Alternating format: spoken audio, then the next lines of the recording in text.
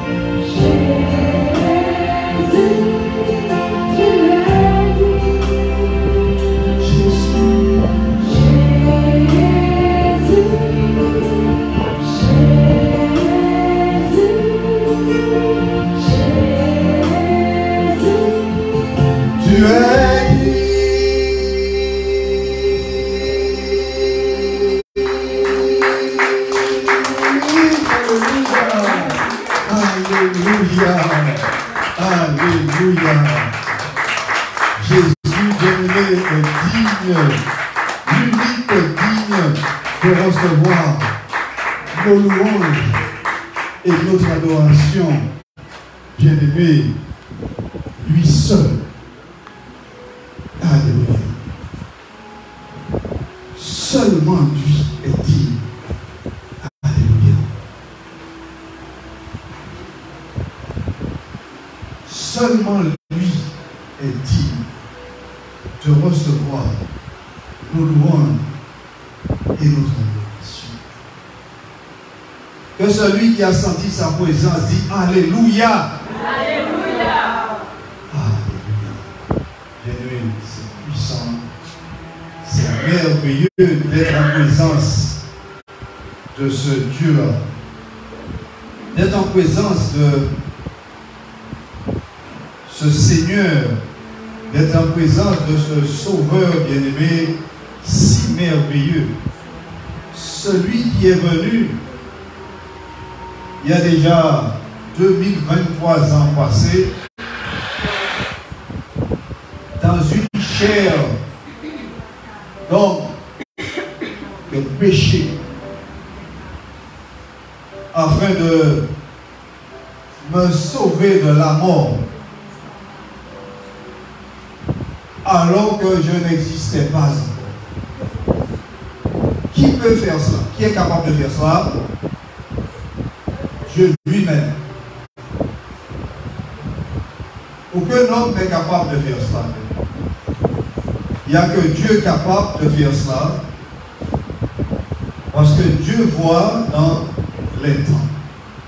Dieu voit alors qu'il n'y en a rien qui existe.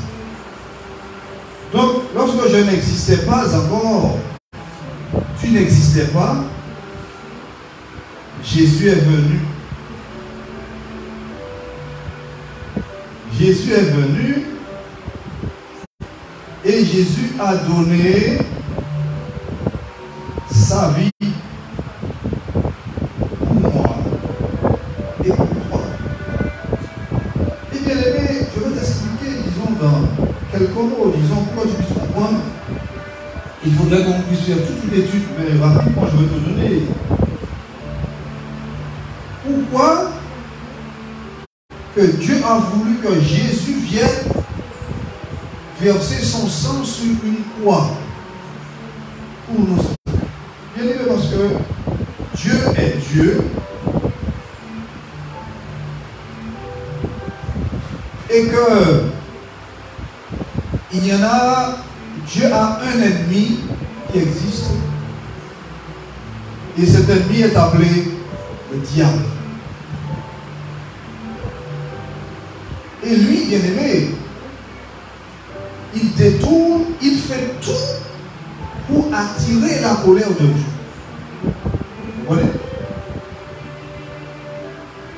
Le bien ne l'habite pas. Il n'y a que le mal qui l'habite. Donc il fait tout pour contrarier Dieu. Donc c'est pour cela qu'il nous utilise. Il nous utilise afin de nous faire contrarier Dieu. De faire ce qui est à la contrariété de Dieu. Quand Dieu dit va à droite, lui il te dit non, va à gauche. Et bien aimé, Dieu a toujours, je répète, Dieu a toujours condamné le péché. Si tu pêches,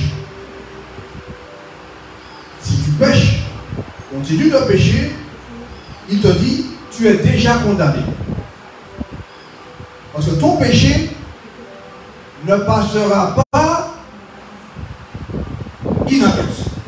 Dieu voit ton péché. Et si tu ne viens pas à lui, afin de lui demander pardon, afin qu'il puisse te nettoyer, te laver, te purifier et te mettre sur la roche qui est Jésus, tu termineras en enfer. Donc, cet ennemi de Dieu fait tout pour contrarier Dieu. Et finalement, Dieu a compris son jeu. Dieu a compris que il fait tous les humains faire ce qui est contraire à Dieu afin que Dieu puisse exterminer les humains. Or, Dieu ne veut pas exterminer les humains.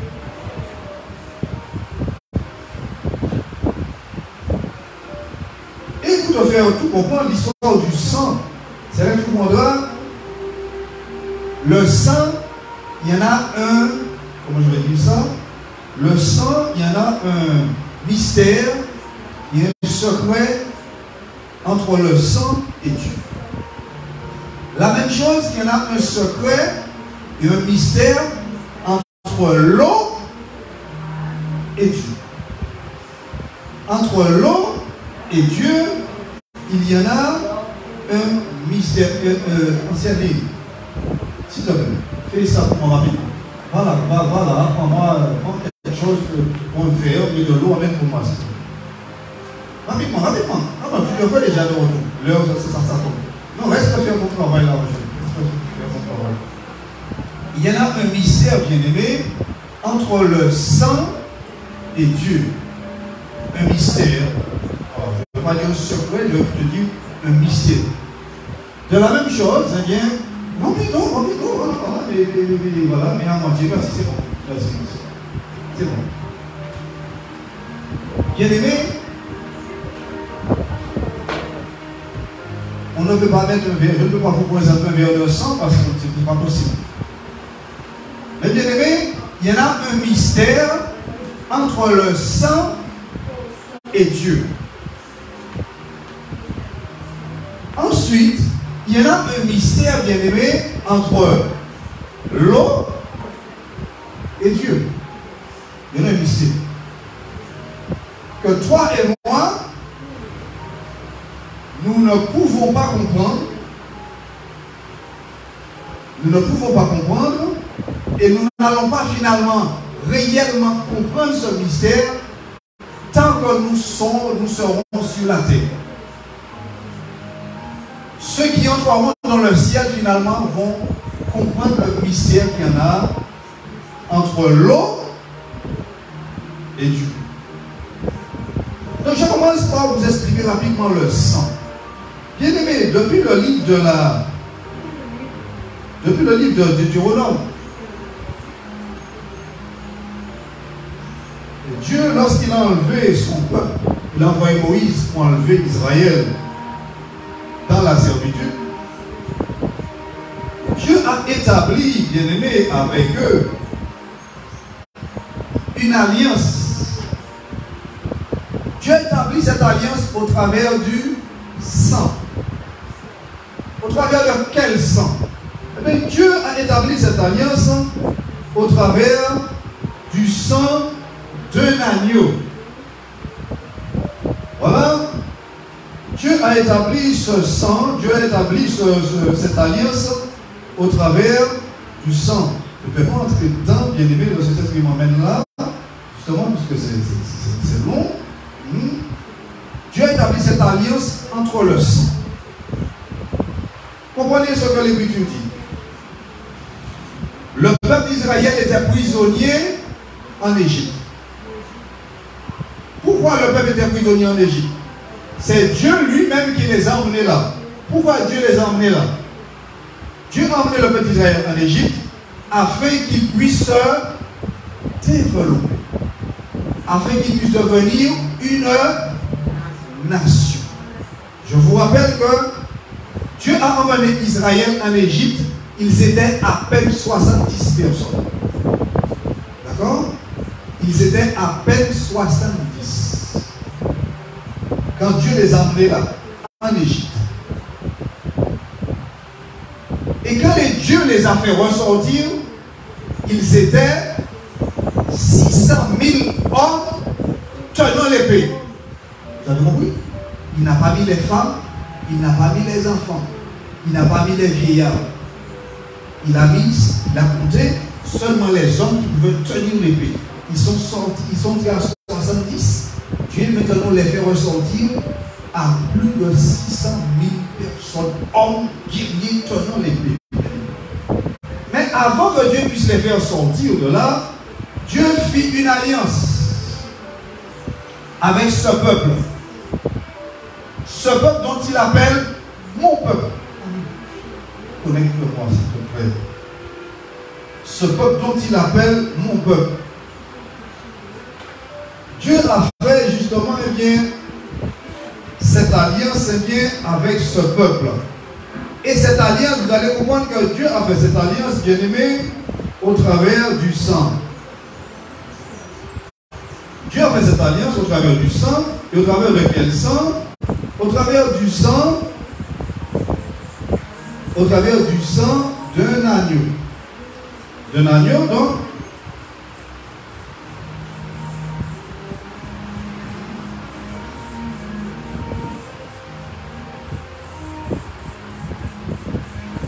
Dieu a fait cette alliance, eh bien, au travers eh bien, du sang d'un agneau.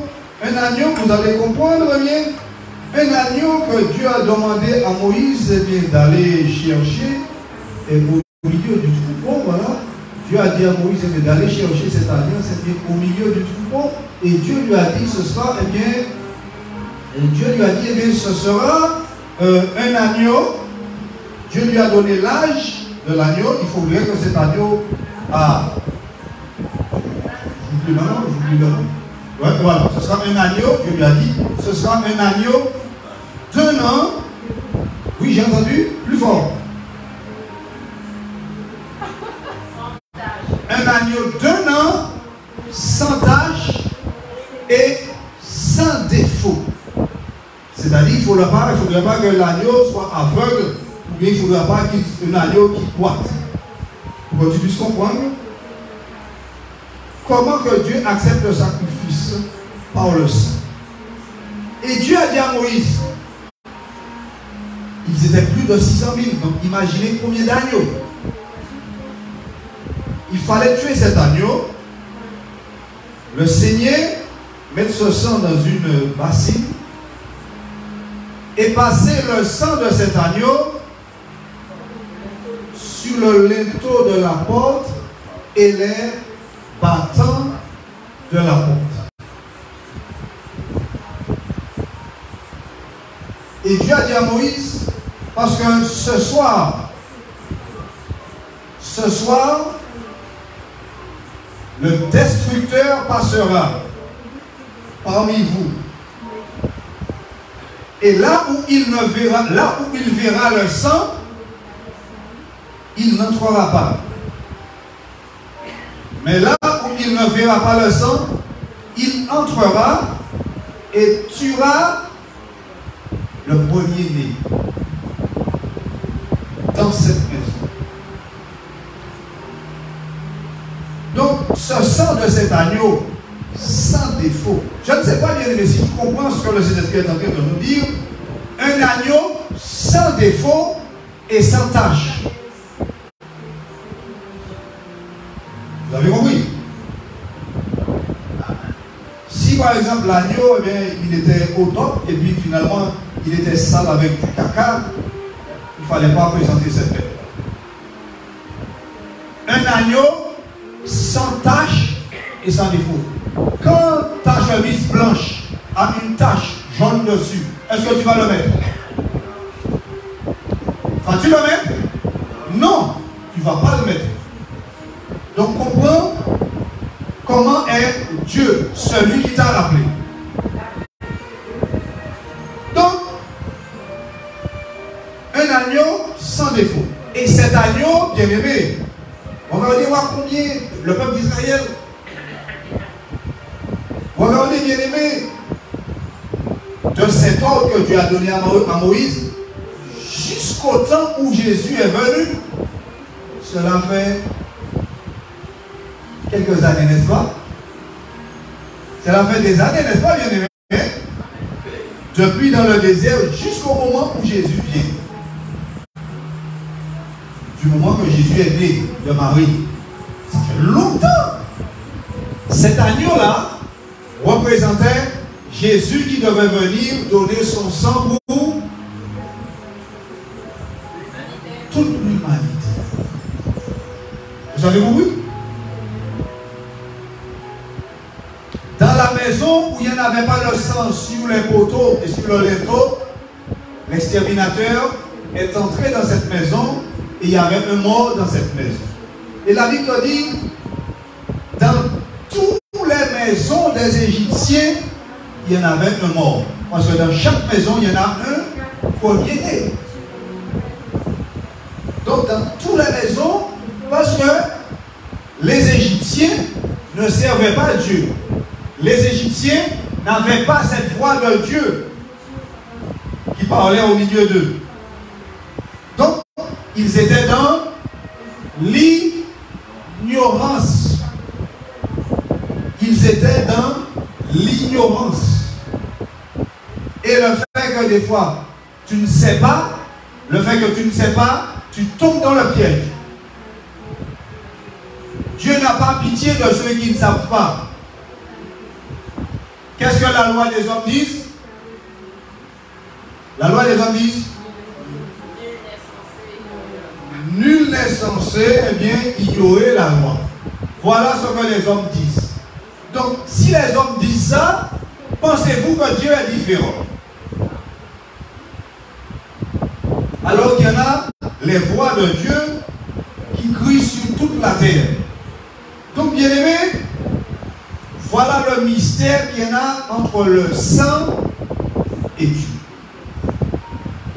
Donc, pour pardonner le péché, il fallait une bête, un agneau, cela dépendait, une bête, un agneau, un pigeon, ou cela dépendait, pour pouvoir effacer le péché.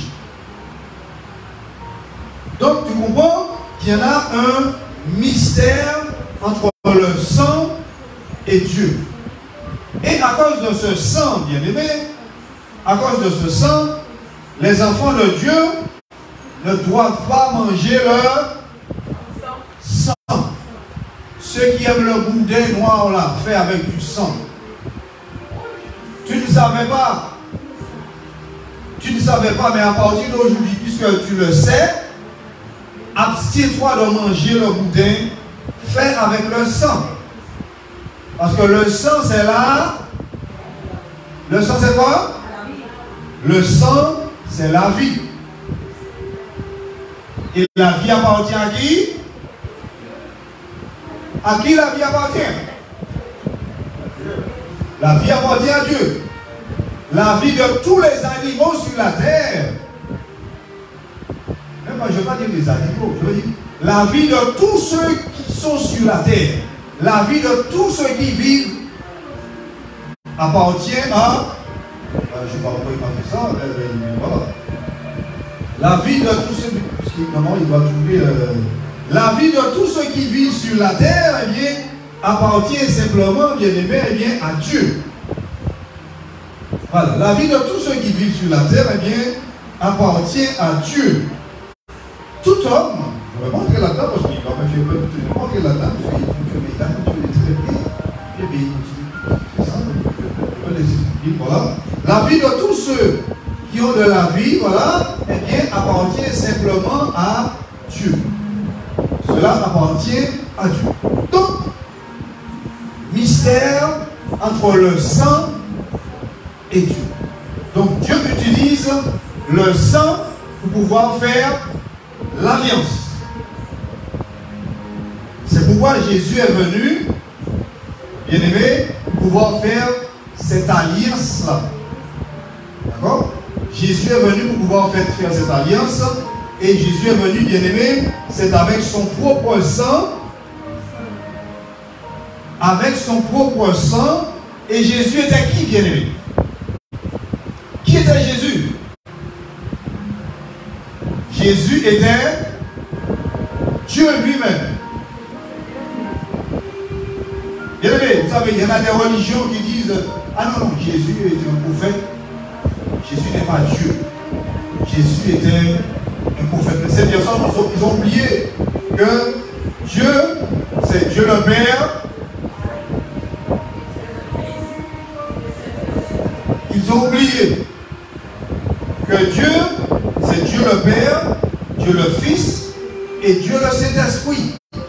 Et ils sont indivisibles. Et chacun a un rôle bien précis. Dieu, c'est le Père qui a. C'est qui a quoi? Dieu, c'est le Père qui a. C'est celui qui a fait quoi? Qui a tout créé. Dieu, c'est celui qui a tout créé. Ensuite, Jésus, c'est celui qui... Jésus, c'est celui qui nous sauve. Vous avez compris? Jésus, c'est celui qui nous sauve. Oui, puisque c'est lui qui est venu payer le prix avec son sang. Bien que Dieu était en lui, Jésus n'était pas seul. Celui qui a donné son sang. Ensuite, le Saint-Esprit, c'est celui qui conduit, qui va préparer, qui va guider, qui va diriger. Vous voyez? C'est un seul Dieu en trois personnes. Chacun a un rôle bien déterminé. Donc, bien aimé, le sang, c'est au travers de cela que Dieu a fait l'alliance avec les hommes sur la terre. Et les hommes sont libres d'accepter ou de ne pas accepter cette alliance. Vous voyez? Les hommes sont libres d'accepter ou de ne pas accepter cette alliance. Ils ne forcent personne.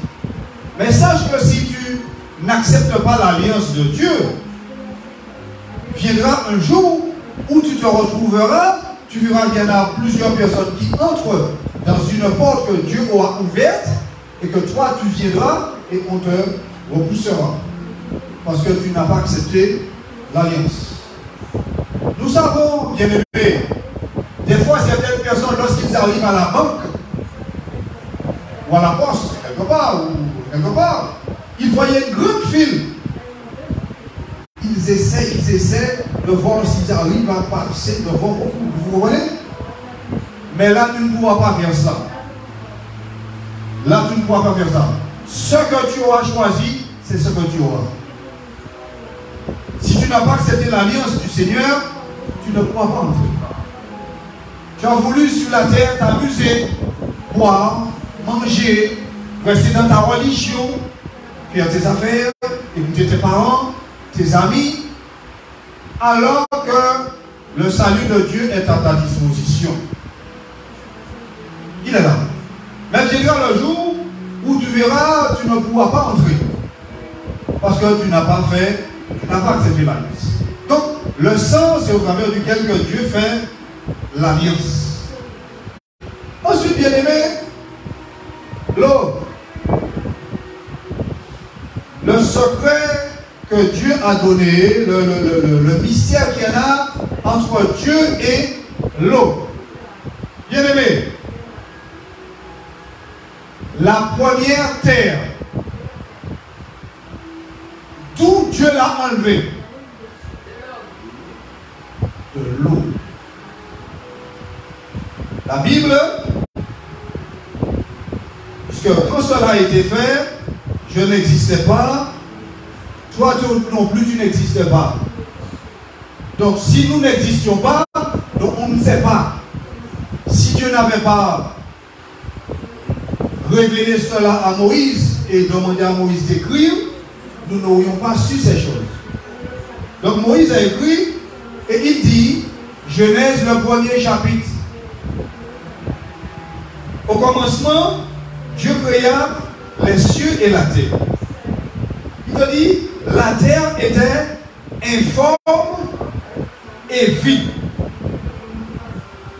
Il y avait les ténèbres à la surface de l'abîme et l'Esprit de Dieu se mouvait au-dessus des eaux. Dieu dit que la lumière soit, et la lumière fut. Dieu vit que la lumière était bonne et Dieu sépara la lumière d'avec les ténèbres. Dieu appela la lumière jour et il appela les ténèbres nuit. Ainsi, il y eut un soir et un matin. Ce fut le premier. Bien-aimé, pourquoi tu dis puisses comprendre ce que la parole de Dieu est en train de nous dire. Pour que tu puisses comprendre ce que la parole de Dieu est en train de nous dire, bien aimé, quand tu vois un arbre, regarde le poteau là, regarde ce poteau là, regarde ce poteau là, le poteau là qui tient la toiture, qui tient la charpente là. Ça c'est un arbre. Est-ce qu'il a une forme? Est-ce qu'il a une forme de quelque chose? Dis-moi, il ressemble à quoi? Il ressemble simplement, il n'a pas de forme. Ça veut dire bien, il ressemble bien à... l'arbre auquel il appartient à l'esprit. Voilà, il ressemble simplement bien à un arbre auquel il appartient. Il ressemble à un arbre. Mais est-ce qu'il ressemble à un meuble? Non. Pour qu'il puisse ressembler à un meuble, il faudra une sacrée, je veux dire, transformation. Parce que quand tu regardes un meuble et que tu regardes ça, tu dis, il n'y a aucune comparaison. Il n'y a aucune comparaison, il n'y a aucune ressemblance. Donc, bien aimé, c'est exactement la même chose. La terre, était simplement, il doit dire, mais la terre était simplement, informe. La terre était simplement, informe, bien aimé. Et le fait que la terre était informe, personne ne savait comment elle était. Donc, Dieu l'a enlevé de quoi Dieu l'a enlevé de l'eau. Ensuite, bien aimé, lorsque la terre s'est corrompue, bien aimé, vous allez comprendre que, bien aimé, lorsque la terre s'est corrompue, qu'est-ce que Dieu a fait?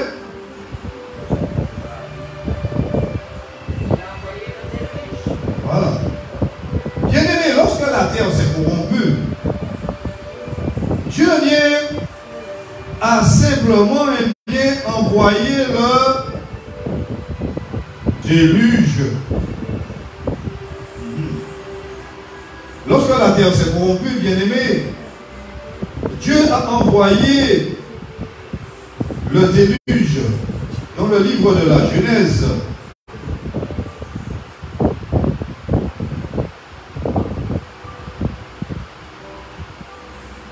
Dans le livre de la Genèse, venez avec moi dans le chapitre 6.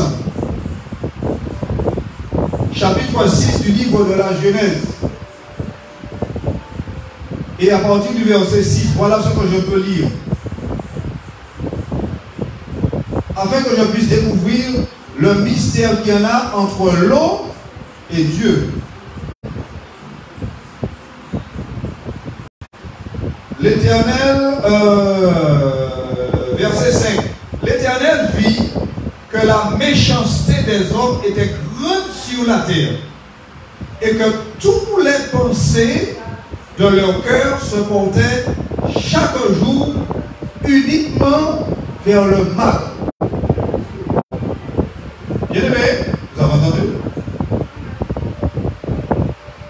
Cela ne vous dit rien? Cela ne vous fait penser de rien?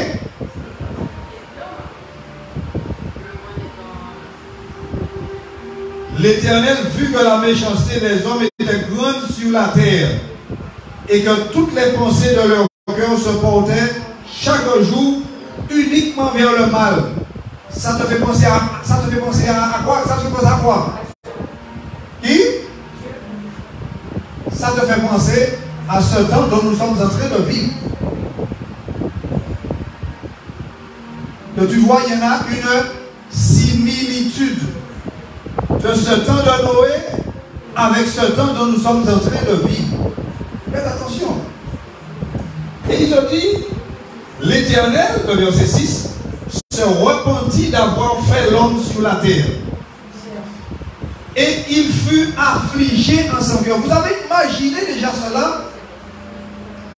Tellement la méchanceté de l'homme était dure sur la terre, eh bien, cela a fait Dieu se repentir d'avoir fait l'homme sur la terre. Et c'est ainsi, le verset 7, il te dit, et l'Éternel dit, j'exterminerai de la face de la terre l'homme que j'ai créé. Depuis l'homme jusqu'au bétail, aux reptiles et aux oiseaux du ciel, car je me repens de les avoir faits. Bien-aimés, est-ce que les animaux avaient un corps mauvais? Est-ce que le cœur des animaux se tournait vers le mal? Vous voyez, à cause de l'homme, Dieu a condamné tout le monde. Et c'est ainsi te dit que finalement, Dieu dans le ciel a regardé parmi tous ces milliers de personnes sur la terre qui faisaient que le mal. Dieu a trouvé un homme. C'est pour pouvoir te dire que ne vous inquiétez pas. Personne ne peut tromper Dieu. Parmi tous les milliers, les millions qu'il y avait sur la terre, Dieu a vu un seul. C'est Noé. Et c'est ainsi que Dieu se révéla à Noé. Et Dieu a demandé à Noé de fabriquer une arche. N'est-ce pas, bien-aimé? Dieu a demandé à Noé de fabriquer une arche. Vous voyez, cette arche-là, bien-aimé, les hommes ont été tentés de faire une photo qui leur ressemble. Donc Dieu a demandé à Noé de fabriquer une arche afin de sauver Noé. Parce que Dieu a vu que parmi tous les millions de personnes qui étaient sur la face de la terre, Noé était différent. Il avait un cœur différent. Et c'est ainsi que Dieu lui a donné des ordres bien précis. Dieu lui a donné des ordres bien précis, bien-aimés. Et quand Dieu lui a donné des ordres, qu'est-ce qu'il a fait? Il a obéi. Bien-aimé, quand Dieu te parle, qu'est-ce qu'il attend? Une chose qu'il attend. L'obéissance. Obéissance égale quoi? Non. Obéissance égale? Obéissance égale soumission. Obéissance égale soumission. Lorsque le mari entre, il dit à sa femme, bon écoute ma chérie, j'ai emmené un fouille à pain, voilà, cuisine-moi du fouille à pain pour demain si tu veux. Et quand un monsieur arrive, il trouve du riz sur la table. Comment est cette femme? Désobéissante, donc ça veut dire insoumise. Et le mari, que va-t-il faire? Comment sera-t-il quand il verra le riz sur la table? Il va se fâcher. Si nous, les humains, nous sommes comme ça, comment penses-tu que Dieu, le Créateur qui a tout créé, comment il est? Bien-aimés, peut-être pas tous d'entre nous, mais beaucoup d'entre nous a déjà vu et aussi a déjà vécu un tremblement de terre. Moi, j'ai déjà vécu un tremblement de terre, je sais ce que c'est. Tu sais c'est quoi un tremblement de terre? Un tremblement de terre, cela représente la colère de Dieu. Pour que tu puisses avoir une idée. Un tremblement de terre, cela représente la colère de Dieu. On va pas, je ne vais pas te dire, ce n'est pas exactement le centre de la colère. Parce que le centre de la colère de Dieu se trouve bien dans le livre de l'Apocalypse. Tu as compris? Et attends, on va y aller vite fait. On a un peu peu de temps et puis nous ne sommes pas encore entrés pour poursuivre le message. Le Saint-Esprit nous a donné une route aujourd'hui. Hein? Et on va y aller dedans. Oui, on va y aller ici. On va y aller dedans. On va y aller dedans. Ceci n'est pas la colère, ceci n'est pas le centre, je veux dire, pour que chacun puisse comprendre. Ceci n'est pas le centre de la colère de Dieu. Un tremblement de terre, où il y en a des grands gratte-ciel qui tombent comme ça avec tous les gens dedans, où les grands gratte-ciel qui s'entrent en terre comme ça. Un tremblement de terre comme le Seigneur a montré à ses puissants prophètes. Il y a un tremblement de terre qui vient sur la terre et que la terre se déchire, la terre s'ouvre. Il y a des gens qui tombent dedans. Ceci, c'est pas le centre de la colère, c'est de la colère. Mais ce n'est pas le centre de la colère. Le centre de la colère de Dieu se trouve ici, dans le livre de l'Apocalypse. Apocalypse chapitre 20. Je vais lire avec toi. Nous allons lire le centre de la colère de Dieu. Il te dit, voilà le centre de la colère de Dieu. Apocalypse chapitre 20, je lis à partir du verset 11. Puis je vis un grand trône blanc, et celui qui était assis dessus, la terre et le ciel s'enfuirent devant sa face, et ne fut plus trouvé de place pour eux. Seigneur, je mets ma main dans ma tête, je dis, Seigneur, c'est terrible. Un grand trône blanc. Dieu a montré à Jean le jour de sa colère. Est-ce que tu as compris c'est quoi le centre? C'est le centre. Le centre. Le centre de la colère de Dieu, la terre. Est-ce que tu as compris? Est-ce que quelqu'un a compris ce qu'il est en train de dire? Non, peut-être tout le monde n'a pas bien compris, je vais relire. Puis je vis un grand trône blanc, et celui qui était assis dessus. La terre et le ciel s'enfuirent devant sa face, et il ne fut plus trouvé de place pour eux. Bien-aimés, vous savez, il y en a des familles que le père est si mauvais que lorsqu'il entre dans la maison, tous les enfants s'enfuient. Ils vont chez les voisins. Ils ne restent pas là. Ils attendent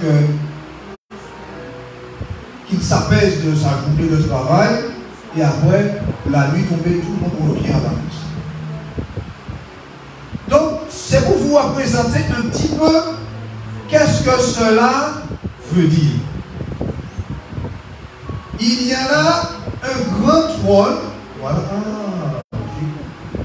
Parce qu'il y en a un qui doit rester pour moi. Voilà, c'est ce trône qui était devant. Voilà, effectivement. Donc, bien aimé, un grand trône blanc est apparu. Où il est apparu? Où? D'accord. Un grand trône blanc est apparu dans les airs.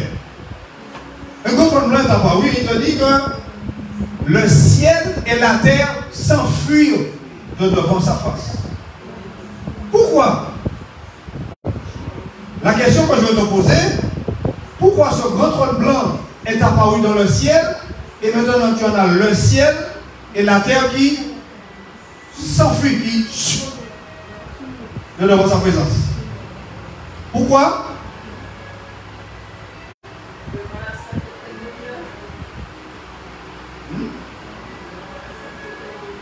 Non. Non. Non. Non. Non. Dites-moi, bien-aimé, pourquoi la terre et le ciel s'enfuient de la présence de ce trône blanc et de celui qui était assis dessus?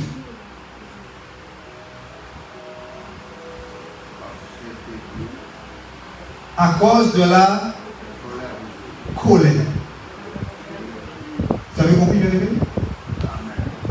à cause de la colère. Oui. À cause de la colère. Et je vais poursuivre jusqu'au jour. Je vais poursuivre, il te dit.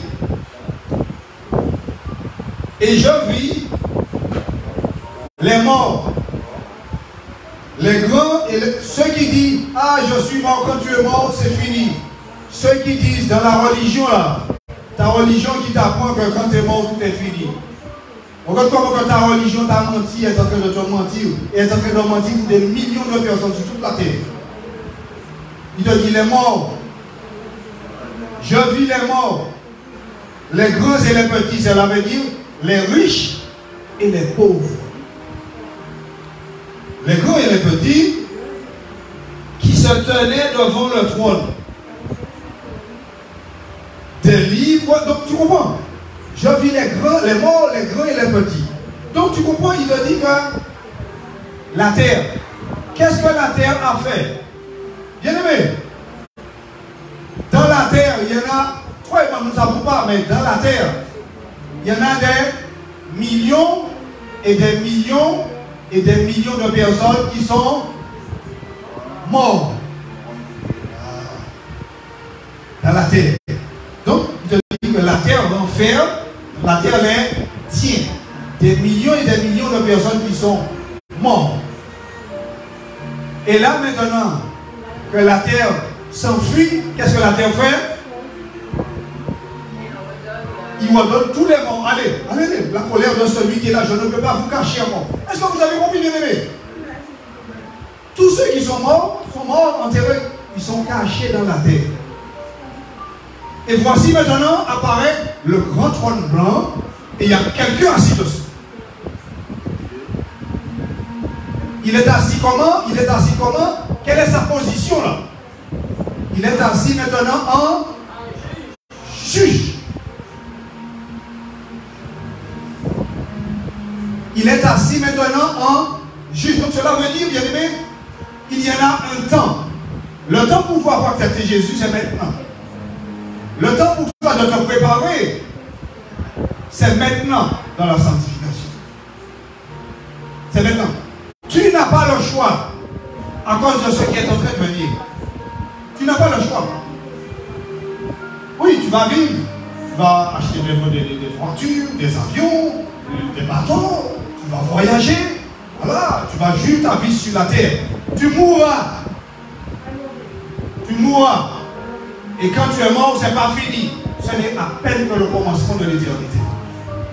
Ce n'est pas fini. Parce qu'il te dit ici, ta religion, comme je te disais, qui t'a menti là, elle dit après la mort, c'est fini. Voilà. La terre ne pourra plus te conserver au fond. À cause du trône blanc et de celui qui est assis dessus. Le grand juge. Donc la terre va redonner tous ses morts. Il dit, moi je m'en vais. Je m'en vais. Je ne peux plus vous cacher. Je ne peux plus vous cacher. Donc il te dit, et des livres furent ouverts. Et un autre livre fut ouvert, celui qui est le livre de vie. Et les morts furent jugés selon leurs œuvres. D'après ce que leurs œuvres, d'après ce qui était écrit dans ces livres. Donc nous avons parlé du ciel et de la terre, mais il y a un dont nous n'avons pas parlé. Il y a un dont nous n'avons pas parlé. C'est la mer. Bien aimé, vous savez des millions de personnes que la mer renferme. Combien d'avions sont tombés? Et on n'a plus retrouvé ni avion, ni personne. Toutes ces guerres qu'il y en a eu par le passé, vous vous rappelez, depuis le temps des épées, etc. Toutes ces guerres, toutes ces personnes, tous ces navires coulés là avec toutes ces personnes qu'on n'a plus retrouvées. Il te dit, la mer rendit les morts qui étaient en elle. Tu as compris? La mer a remis, à cause celui qui est assis là, parce que tout le monde doit venir en jugement. Donc cela ne vaut pas la peine de vivre ta vie sur la terre comme tu veux. Oui, tu es libre. Dieu a créé tout le monde libre. Oui, vis ta vie comme tu veux, mais sache que il y en a un jour qui vient. Il y en a un temps qui va arriver où tu rendras des comptes.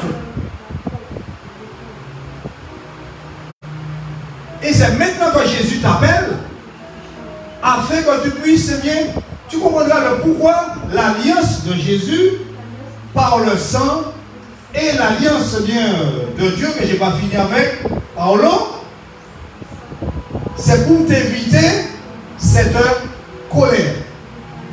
Parce que la colère de Dieu, elle est insoutenable. Quelqu'un a compris? La colère de Dieu est insoutenable. Ceux qui se disent, ah non, non, c'est pas grave, quand l'Antichrist sera là, je vais me laisser décapiter. Tu es un menteur, je dis à cette personne, tu es un menteur, tu n'y parviendras pas. Parce qu'il te dit, ce jour-là, ce sera insoutenable. Ce ne sera pas le centre de la colère de Dieu, ce sera la colère de Dieu, mais pas le centre de sa colère. Et la colère de Dieu, il te dit, est insoutenable. Donc, c'est maintenant que tu dois faire la paix avec le Seigneur afin que tu puisses échapper à ce jour-là qui est en train de venir. Et tu comprendras, bien-aimé. Donc, la terre a remis les morts qui étaient en elle. La mer a remis les morts qui étaient en elle.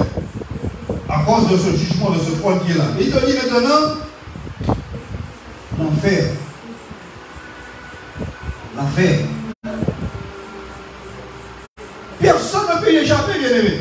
L'enfer, il te dit, maintenant l'enfer, c'est le séjour des morts, rendirent les morts qui étaient en eux. Donc ceux qui sont morts et qui sont en enfer, l'enfer, devant ce trône blanc qui est là dans les cieux, avec celui qui est assis dessus, ce juge-là, l'enfer ne peut plus te conserver prisonnier. Et alors que tu es en train de brûler dans le feu de l'enfer, l'enfer ne peut pas te conserver. Donc l'enfer t'envoie au jugement. Il te dit, allez. L'enfer te fait sortir un genou. L'enfer te dit, va y aller pour le jugement. Il te dit, et la mort et le séjour des morts. Donc ça c'est déjà le jugement. Il te dit, la mort et le séjour des morts rendirent les morts qui étaient en eux. Et chacun fut jugé selon leur œuvre. Chacun fut jugé selon leurs œuvres.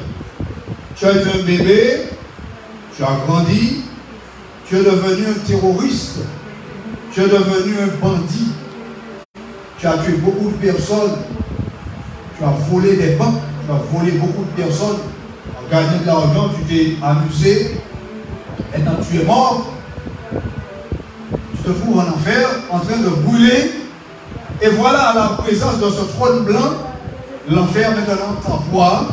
Parce que l'enfer, ce n'est pas, l'enfer c'est un jugement, mais ce n'est pas, ce n'est pas le jugement final. Parce qu'il y a un jugement final. Il y a un jugement final. Donc il te dit que, effectivement, l'enfer rendit les morts qui étaient en lui, voilà, afin que ces personnes soient jugées. Terrible. L'enfer rendit le séjour, l'enfer rendit les morts qui étaient en lui, afin que les morts soient jugés. Donc, bien aimé, ceci j'ai voulu te faire comprendre et partager avec toi qu'est-ce que c'est que le centre de la colère de Dieu. D'accord? Ça, c'est le centre de la colère de Dieu. Le centre de la colère de Dieu, ce n'est pas la colère de Dieu dont nous voyons sur la face de la terre. Donc, bien aimé, autre chose pour te faire comprendre, autre chose pour te faire comprendre, le coronavirus qui est sur la terre, là, qui fait rage, là, ceci, c'est la colère de Dieu. D'accord? Ceci, c'est la colère de Dieu. Est-ce que tu vois quelle est la colère de Dieu? Ceci, c'est la colère de Dieu. La guerre qui est là, bien-aimé. Ceci, c'est la colère de Dieu. Oui, ceci, c'est la colère de Dieu contre les désobéissants. La famine qui est en train de venir, bien-aimé, là aussi, c'est la colère de Dieu. C'est la colère de Dieu sur la face de la terre.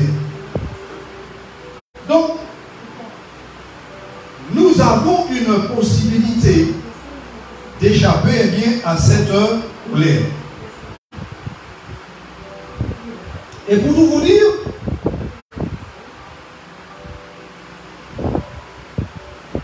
expliquons le mystère qu'il y en a entre l'eau et Dieu.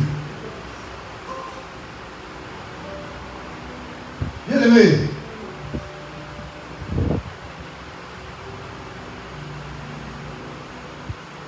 je vais vous expliquer un petit peu le mystère qu'il y en a entre l'eau et Dieu.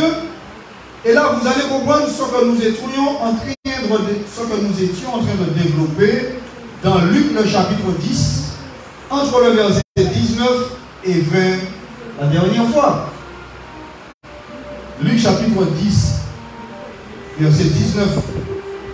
Il te dit, voici, je vous ai donné le pouvoir de marcher sur les serpents et sur les scorpions et sur toute la puissance de l'ennemi. Et rien ne pourra vous nuire. Le verset 20, il dit, cependant, ne vous réjouissez pas de ce que les esprits vous sont soumis, mais réjouissez-vous de ce que vos noms sont inscrits dans les cieux. Et là, tu vas comprendre que cette écriture de Luc rejoint ce que nous venons de lire ici dans le livre dans le livre de l'Apocalypse. Voilà, qui te dit, il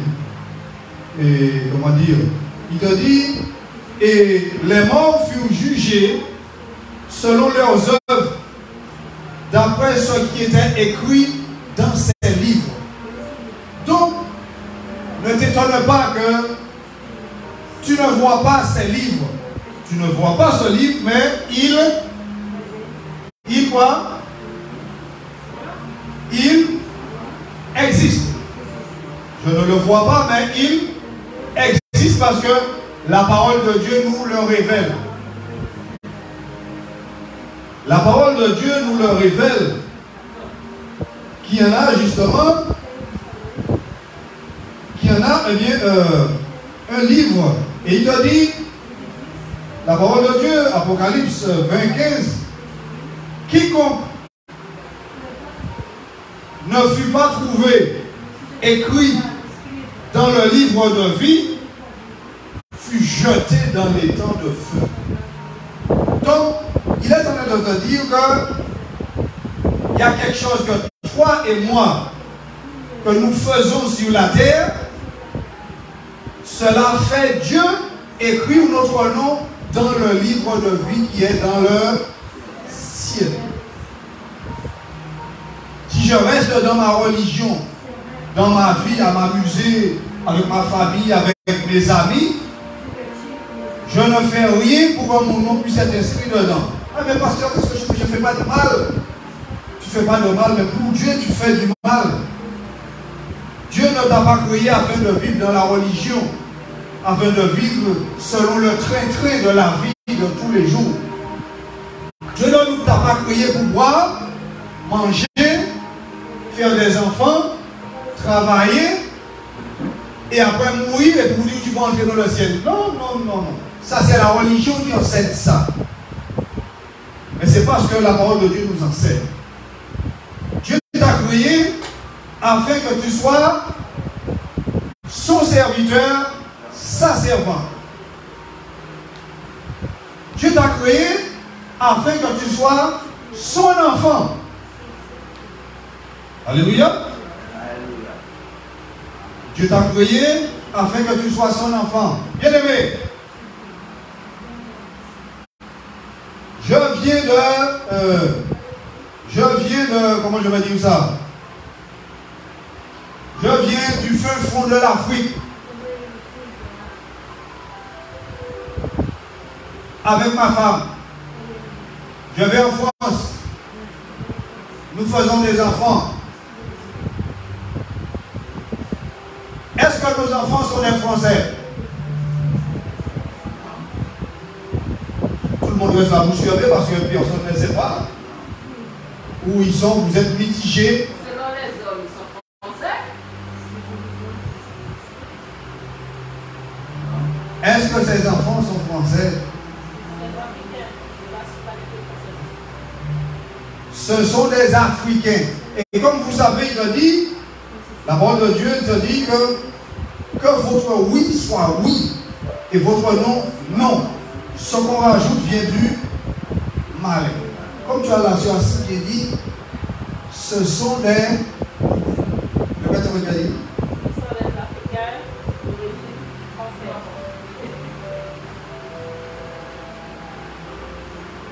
Ce sont des Africains d'origine, virgule, français, parce qu'il faudra payer les impôts. Donc, il faut que ça les arrange. Donc, ils mettent quelque chose. Mais ce sont des Africains. Ce sont des Africains. Pour être français, il faudra qu'ils fassent des démarches. Pour être français, il y en a une démarche à faire. Donc, c'est la même chose qui existe en ce qui concerne Dieu. Personne ne naît enfant de Dieu. Pour être enfant de Dieu, j'ai une démarche à faire. Alléluia. Est-ce qu'il y a quelqu'un compris? Pour être enfant de Dieu, j'ai une démarche à faire. Ça, je ne me trompe pas dessus. J'ai une démarche à faire pour être enfant de Dieu. Alléluia. Donc, voilà ce qu'il est en train de dire. Donc, il y en a des livres dans le ciel, bien que je ne les vois pas, mais la Bible me dit qu'il y en a des livres dans le ciel. Il y en a des choses que je fais sur la terre qui sont écrites dans ces livres. J'ai quelque chose à faire sur la terre afin que mon nom soit inscrit dans les livres. Écoutez bien aimé, tous ceux qui volent, qui tuent, quand tu t'en vas tranquille au travail, tu reviens, tu trouves on a défoncé la fenêtre, ils sont faits, ils ont pris tes économies, tu avais là, ils ont pris ta télé, ils ont pris les choses que tu as achetées.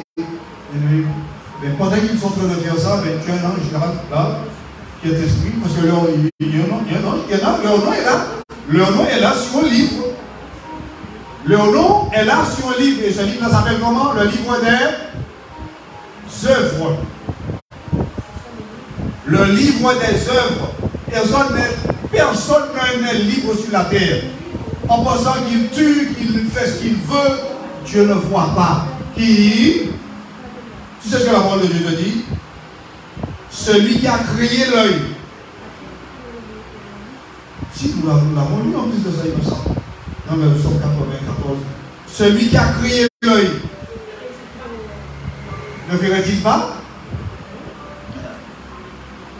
Celui qui a créé l'oreille. N'entendrait-il pas? C'est pourquoi lorsque l'orphelin crie, il entend.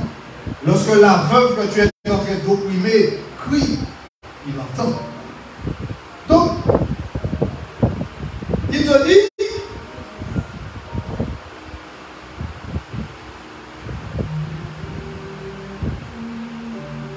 des choses que toi et moi nous faisons qui sont inscrites dans des livres qui se trouvent là-haut dans le ciel. Mais que toi et moi, ce que nous devons faire le plus important, nous devons faire le nécessaire sur la terre pour que notre nom soit inscrit dans le livre appelé le livre de vie. Combien de fois, bien aimé, je n'ai pas été à l'enterrement des personnes, on le passait, et j'entends celui qui fait la cérémonie dire prions pour le repos de son âme. Connaissant le Seigneur, connaissant le chemin, avec le Seigneur, pitié. Quelle erreur, quel mensonge, quelle erreur, quel mensonge. Prions pour le repos de son âme. C'est trop tard pour lui. Les morts ne servent pas Dieu. D'accord? Les morts ne servent pas Dieu. Une fois qu'il est mort, il te dit, il y en a un gouffre entre lui et les vivants que les vivants ne connaissent pas. Mais le contact est fini. Leur contact est fini. C'est pourquoi le Saint-Esprit nous a poussé la dernière fois en faisant ces paroles monter dans nos pensées en disant tu en as des choses interdites chez toi. Une chemise de ton père qui est mort, une robe de ta mère qui est morte, ou tu gardes, etc. C'est de l'idolâtrie. C'est pas bon devant la face du Seigneur. Parce que les morts, c'est fini. Il n'y en a plus de contact. S'il y avait quelque chose à faire, c'est pendant qu'il était vivant. Une fois qu'il est mort, c'est terminé. Donc, il est en train de te dire que nous avons un mystère entre Dieu et l'homme. Donc, puisque Dieu a fait une nouvelle terre au travers des eaux, vous vous rappelez, bien aimé? De ces eaux-là, où est-ce qu'ils sont là? Voilà, de ces eaux-là, voilà. De ces eaux-là. Et afin que toi et moi nous puissions comprendre, Dieu a fait tomber la pluie sur la terre, combien de temps? 40 jours et 40 nuits. Et il te dit, l'eau monta au-dessus de la plus haute montagne. J'ai oublié le nom de coudée. Mais quand j'ai fait le total du nombre de coudées, je dis, voici la plus haute montagne de la terre. L'eau est montée à 150 mètres au-dessus. Ceci, c'était la colère de Dieu contre ceux qui étaient sur la terre. Quelqu'un a compris? Joue pas. Joue pas. Ne joue pas. Dieu t'a appelé parce que Dieu veut te sauver. Dieu t'a appelé parce qu'il veut te sauver. Et je veux profiter de cette opportunité. Voilà, pour dire à notre frère aussi, avec sa compagne, vous êtes des privilégiés du Seigneur. Vous êtes cette petite que mon Dieu a même prenez pour. Pour que le Seigneur puisse vous donner cette opportunité. Écoutez, abandonnez tout dans la vie. Abandonnez tout dans la vie, mais n'abandonnez jamais le Seigneur. Abandonnez tout, mais n'abandonnez jamais le Seigneur. Parce que le Seigneur est entré chez vous personnellement. Alléluia. Le Seigneur vous a fait une grâce. Comme il a donné, il a fait une grâce à plusieurs. N'oubliez jamais ça, parce que Dieu vous a fait une place. Il est entre chiens. Donc, Dieu donne cette grâce à cause de son amour. Si Dieu donne cette grâce, c'est parce qu'il veut nous sauver, il veut nous amener là-haut dans le ciel. Là-haut dans le ciel, vous voyez la poussière, il n'y a pas de moustique. Non, il n'y a pas de moustique. Là-haut, c'est la beauté dont nos yeux ne peuvent pas contempler sur la face de la terre.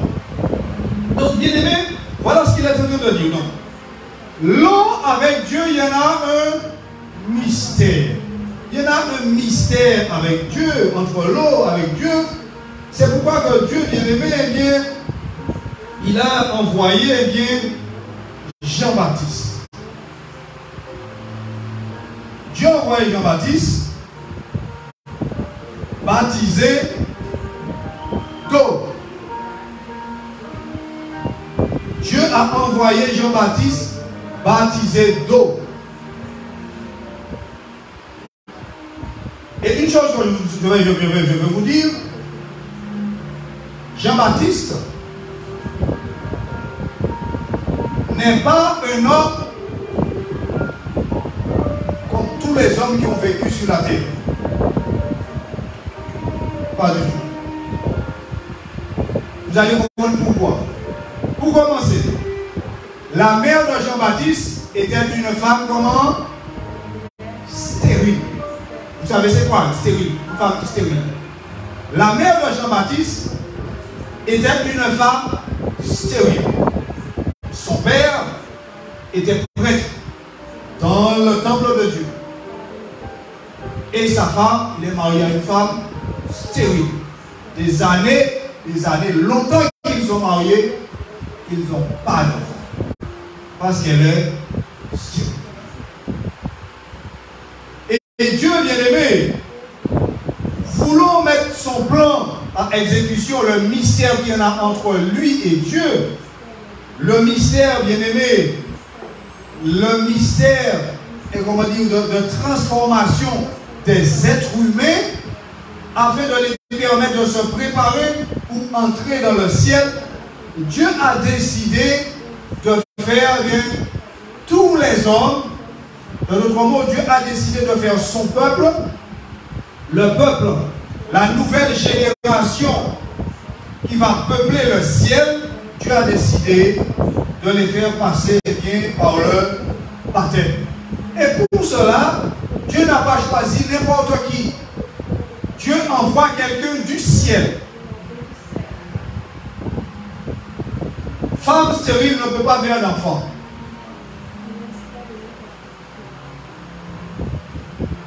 Marie, jeune fille, vierge, fiancée, un jeune homme qui n'a jamais connu d'homme, elle est toute prête. Elle attend le salut d'Israël. Dieu envoya Jésus des cieux dans le ventre de Marie.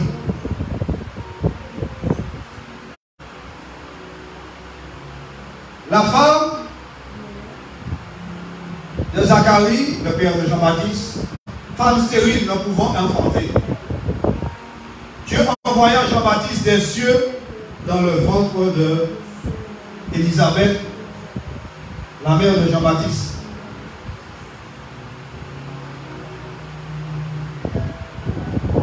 Et Dieu envoya un ange parler avec Zacharie, le père de Jean-Baptiste, le jour où il faisait le service dans le temple. Et l'ange lui dit, Zacharie, ta prière a été entendue devant Dieu. Oui, parce qu'il est marié avec une femme. Depuis longtemps, il prie, Seigneur, je veux un enfant, nous voulons un enfant. Ça fait des années qu'il prie, demande un enfant. Mais il y avait un temps dont Dieu avait déterminé. Et lorsque ce temps-là est arrivé, Dieu envoya l'ange vers lui. Il était dans le temple, il faisait l'œuvre. Il mettait de l'huile dans le chandelier. Lorsqu'il a vu l'ange, il dit, aimé, si un ange apparaît ici, tout le monde tombe. Pourquoi tout le monde tombe lorsque l'ange apparaît? À cause de la sainteté de Dieu qui est en lui. Et l'ange a dit, n'aie pas peur. N'aie pas peur, Zacharie. J'ai été envoyé afin de t'annoncer la nouvelle. Et c'est ainsi que l'ange lui annonce que eh bien, ta femme Élisabeth, eh bien, ta prière a été entendue, ta femme Élisabeth, eh bien, elle aura un fils.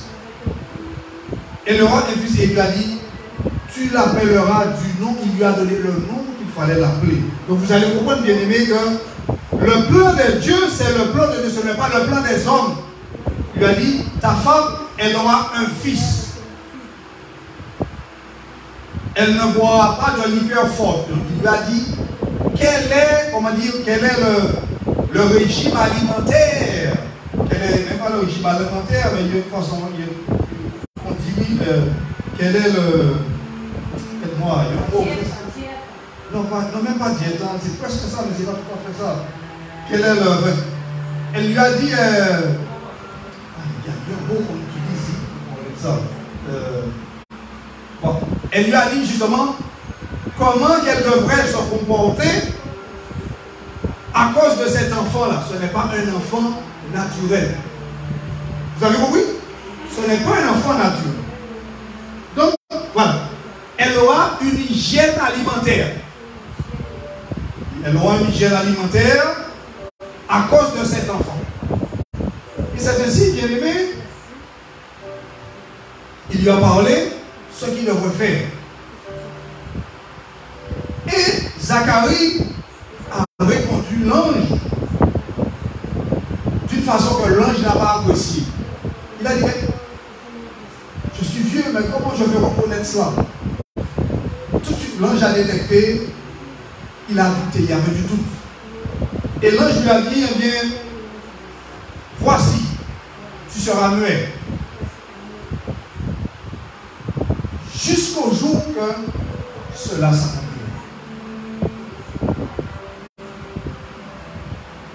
Il te dit, l'ange est parti. L'ange est parti, quand l'ange est parti, il s'est aperçu qu'il n'arrive pas à parler. Et pendant qu'il était dans le temple, le peuple était dehors et le peuple trouvait qu'il tardait beaucoup dans le temple et le peuple se disait, ah, mais peut-être qu'il a une vision dans le temple, c'est pourquoi il tarde comme ça. Et quand il est sorti, bien aimé, il ne pouvait pas parler, il faisait que des gestes. Il faisait que des gestes, bien aimé. Et il est resté muet jusqu'au jour que cet enfant est né. Lorsque l'enfant est né, bien aimé, ils étaient dans toute une discussion pour le nom de l'enfant. Alors la mère a dit, on va l'appeler Jean. Et les autres personnes qui sont là, ils ont dit, mais dans ta famille, il n'y a personne qu'on appelle Jean.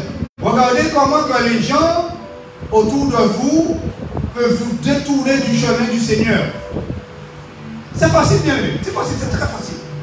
Ce sont tes amis, mais qui ne connaissent pas Dieu. C'est très facile. Ils ont essayé de la persuader. Ils ont dit, mais dans ta famille, il n'y a personne qu'on appelle Jean. Pourquoi tu vas l'appeler Jean? Elle a dit, je vous dis que son nom c'est Jean. Et finalement, ils ont été vers le Père. Et puis ils ont dit au Père, mais comment on va l'appeler? Et tout de suite, sa langue s'est dédiée. Il a dit, son nom sera Jean. Et tout le monde a été surpris. Parce que la mère a dit Jean, et lui il dit, Jean, dans vos familles, il n'y a pas Jean. Il n'y a pas de Jean dans ma famille, mais lui, son nom sera Jean. Donc, bien aimé, voilà, c'est ainsi que Dieu a envoyé Jean-Baptiste baptisé d'eau. Je vais vous dire une chose, prêtez attention. Jean-Baptiste est-il venu de la terre ou des cieux? Jean-Baptiste était saint ou c'était un pécheur? Jean-Baptiste était saint. Donc faites attention. Tout ce que Dieu fait est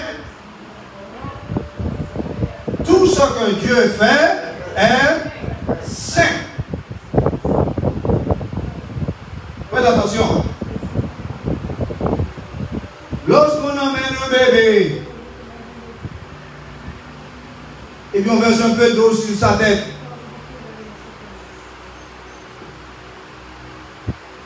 Est-ce que c'est quelque chose de saint ou quelque chose de profane? Je veux un mot. Est-ce que c'est quelque chose de saint ou quelque chose de profane? C'est quelque chose de profane. Quelle est la signification du baptême?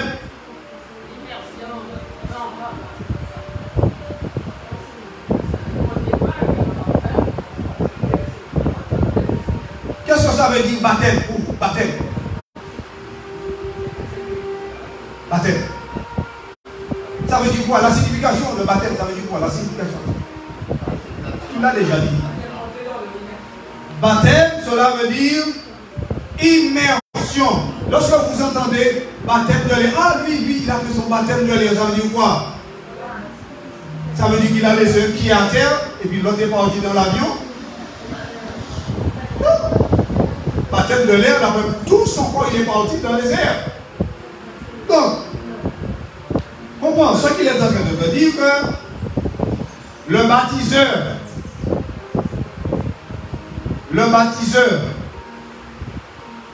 doit être quelqu'un envoyé. Par qui? Par Dieu lui-même. Pas par les hommes, ni par sa propre volonté.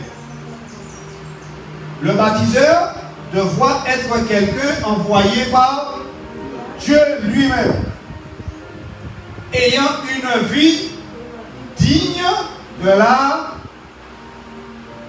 sainteté. Une vie digne de la volonté, dans d'autres mots, de la volonté de Dieu. Sinon, ce baptême qui est saint n'aura aucune valeur.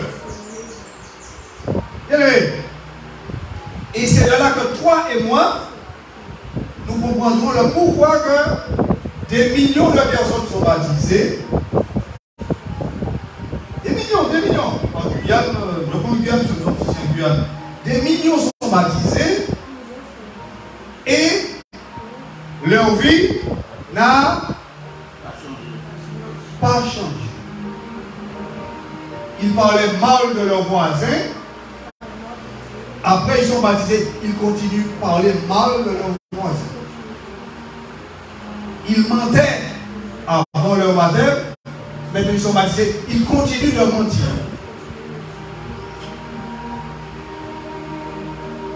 Pourquoi? Ce n'est pas de leur faute. Parce que le baptême dont ils ont été baptisés n'est pas saint. Ça vous choque. Ça vous étonne. Sachez que les choses de Dieu sont saintes.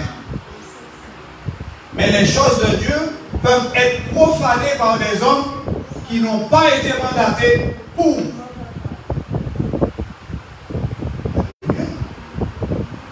Bien-aimé, Dieu est saint sur toute la ligne. Et c'est ainsi que toi et moi nous allons comprendre le pourquoi. Il te dit,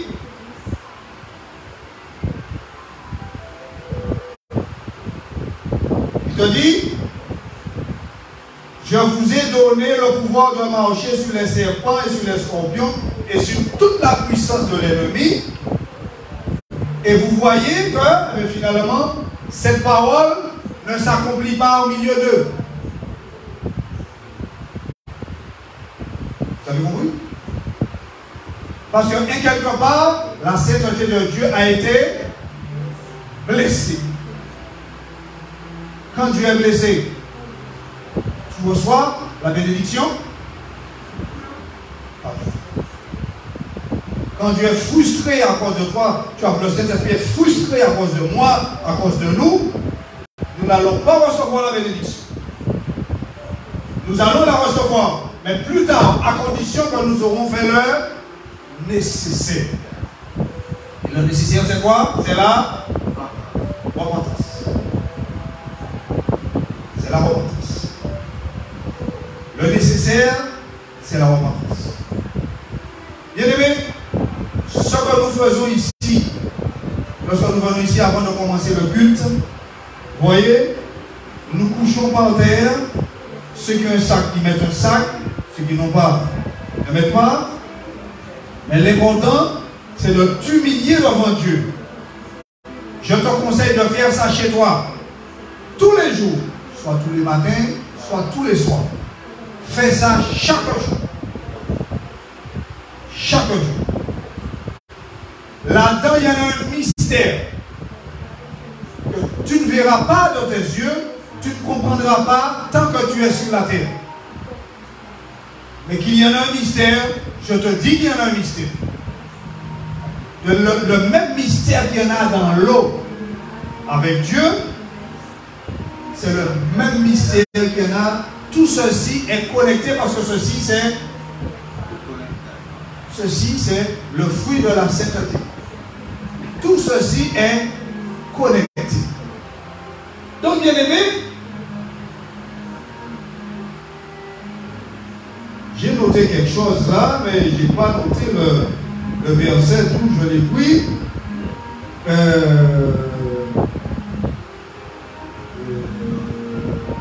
J'ai noté ça, mais j'ai oublié de noter le verset.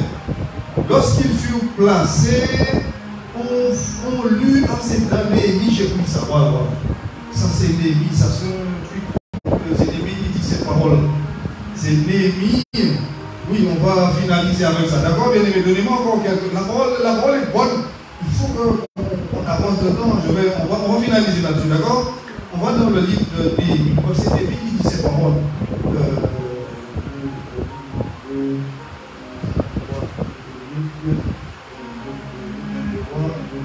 Esther, Néhémie, voilà. Esther, c'est tout. Esther, bon.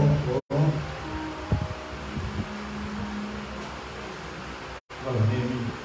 Voilà. Dans le livre de Néhémie, ça se trouve dans le livre de Néhémie,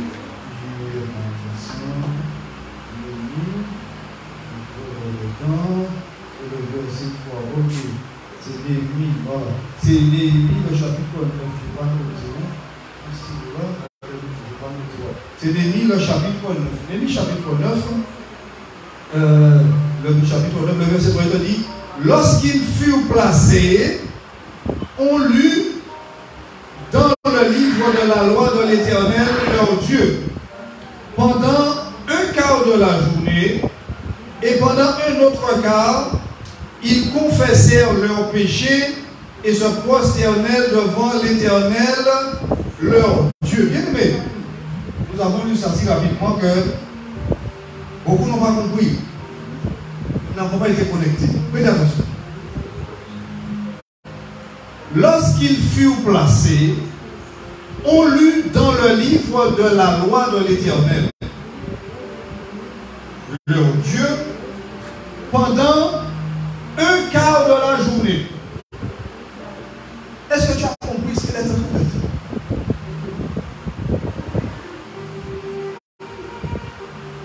Est-ce que tu as compris ce qu'il est en train de dire? Et ce texte a pour titre: jeûne et confession des péchés du peuple. Il te dit que pendant, on a lu les livres pendant un quart de la journée. Pendant un quart de la journée. Verset 3. C'est Néhémie chapitre 9, verset 3. D'accord? On lut dans le livre de la loi de l'Éternel, leur Dieu, pendant un quart de la journée. Seigneur, pardon, Seigneur, pour nous, c'est une honte. Pendant un quart de la journée, on a lu dans le livre de la loi de Dieu. Lorsque toi et moi, nous ne prenons pas 5 minutes pour lire la parole de Dieu. Quelle honte! Monsieur l'Esprit est en train de tirer nos oreilles là. Mon oreille en premier, ensuite les oreilles de chacun d'entre nous. Un quart, est-ce que tu sais combien ça représente un quart de ta journée? Quelle honte, je baisse ma tête, Seigneur, et je demande pardon. On lut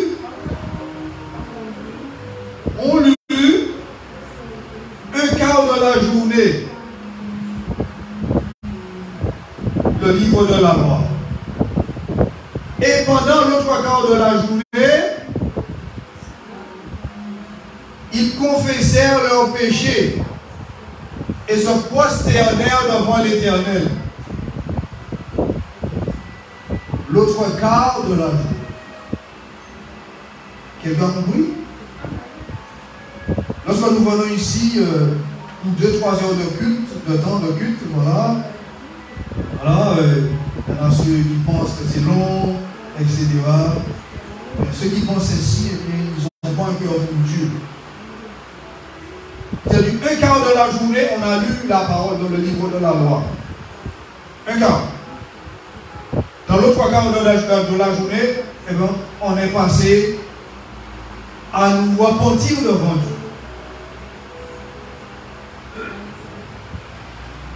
Nous sommes passés à nous repentir devant Dieu. Un quart de la journée pour faire une chose, l'autre quart pour faire une autre chose pour pouvoir donner une demi-journée. Vous comprenez, bien aimé, lorsque nous vous disons, lorsque le Seigneur nous amène bien au Kenya, seulement dans la louange, pour nous, hein, nous, on va dire, nous les invités, on ne parle pas de ceux qui sont sur place.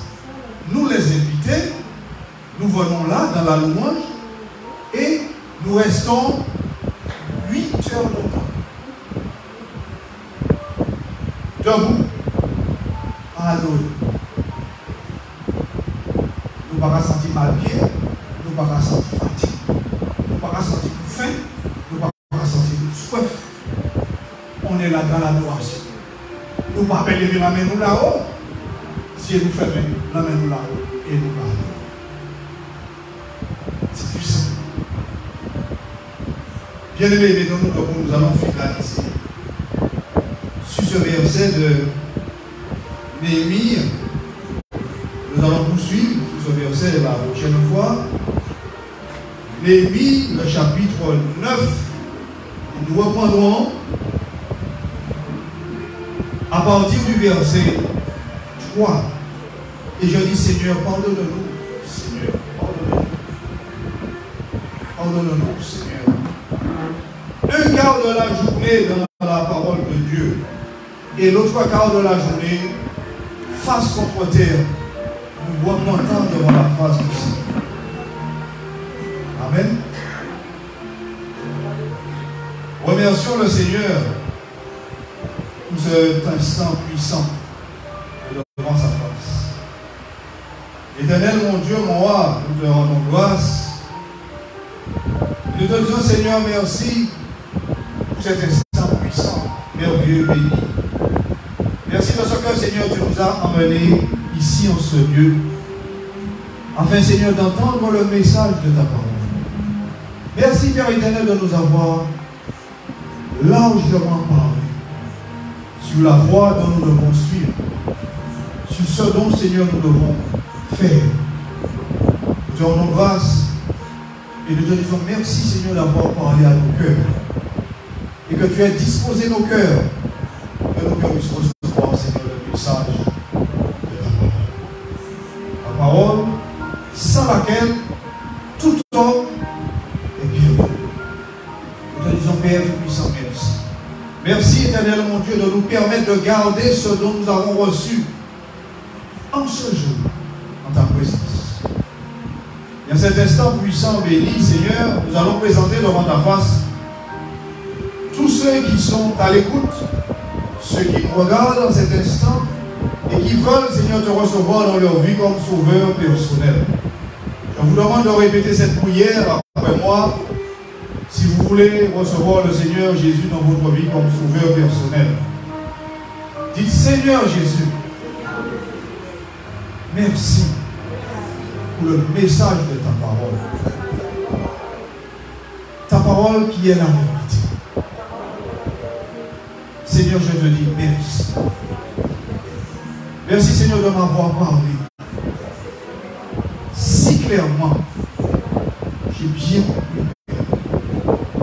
Seigneur, je te demande pardon. Toutes les fois, j'ai endurci mon cœur pour toi. Pardonne-moi. Je te reçois, Seigneur, dans ma vie, comme mon Seigneur et Sauveur. Seigneur, je te demande de continuer de m'enseigner des choses, Seigneur, dont je ne sais pas. Dans le nom tout-puissant de Jésus. Fais-moi marcher dans ce chemin étroit et resserré.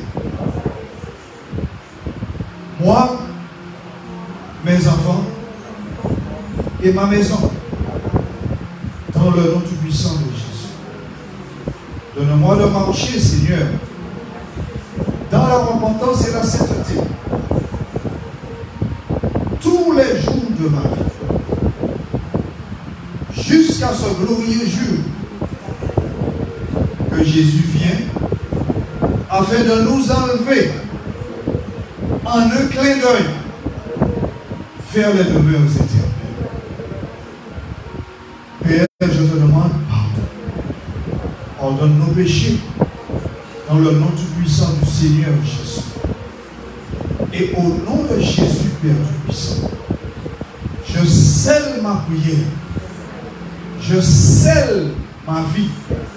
Je scelle la vie de ma famille dans le sang tout-puissant de Jésus. Au nom de Jésus, je suis né de nouveau. Amen. Alléluia. Alléluia. Alléluia. Soyez bénis. Soyez bénis. Au nom de Jésus. Amen et amen.